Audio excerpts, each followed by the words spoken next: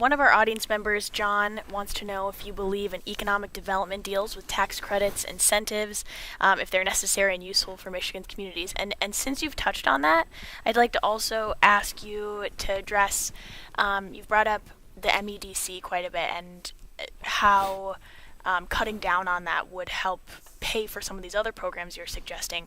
So I want you to clarify, would you eliminate the MEDC? Talk a little bit more about that. We wouldn't eliminate the MEDC, but under my leadership, its vision and values would change tremendously. Right now, the Michigan Economic Development Corporation, MEDC, is an effective vehicle by which politicians who have taken oodles of corporate money pay back their commitments. And they pay back their commitments in huge subsidies that leave many of our corporations subsidized by state government, literally not paying a dime because they're getting more in state subsidies than they were supposed to pay in taxes. That to me is absurd. And we all heard about the deal that the MEDC tried to broker with Amazon, $4 billion in tax revenue.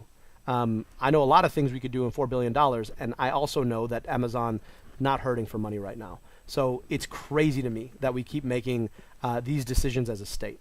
The only way we create jobs, and let me be clear about this, the only thing that creates jobs are people who have great ideas with the capacity to turn those ideas into commerce because they can move themselves, their ideas, and their goods and services around. We don't have that capacity right now in Michigan because we've stopped investing in our people, we've stopped investing in our infrastructure, and instead we're just hook, line, and sinker allowing corporations to offshore and automate our jobs and subsidizing them to do that. Makes no sense. What does the MEDC do under an El-Sayed administration? MEDC becomes an incubator and a scaler for small businesses. It's focused not just on unemployment, but it's focused on median family income because unemployment's incomplete when people are employed, but they're only half employed. So they still don't have the means of being able to afford the basic dignities of a life. And so we've got to be able to invest in people that way.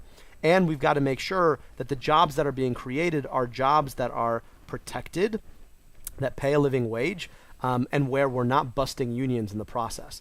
And so I believe that the MEDC can be a tool of great good, but not the way that it is set up right now. Not when it's creating sweetheart deals that move our money out into corporate bottom lines instead of moving our money into investments of real people, and not when it's ignoring small businesses who are the real job creators over big businesses that, on net have not created a job for the past 10 years.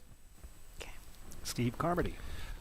The economy's going well right now, but there's a likelihood that we will be in a recession sometime in the next 4 years. What can you do as governor to position the state so that it'll be able to weather the storm? Yeah.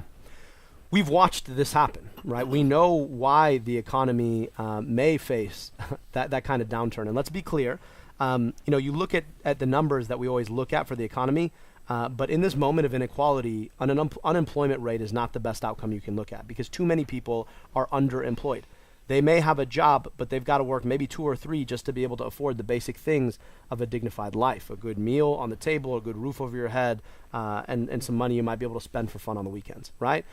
People don't have that in Michigan. I honestly think that right now, as much as folks like to say that the economy is back, the Michiganders I talk to across the state aren't quite feeling that. And what we've seen is that even while corporate profits are up and unemployment is down, labor participation at best in terms of access to the economy is stagnated and real wages fallen. And so the economy is not paying you what you're worth anymore. And so we've got to stand up for an economy that does do that. Look, in Michigan right now, we have a tremendous opportunity to be investing in infrastructure. Investments in infrastructure are going to create a tremendous number of jobs.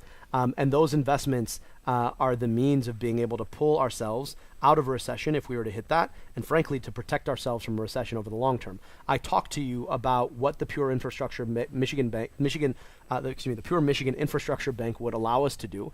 And it allows us to make those wholesale investments in infrastructure projects that create high quality jobs over the long term.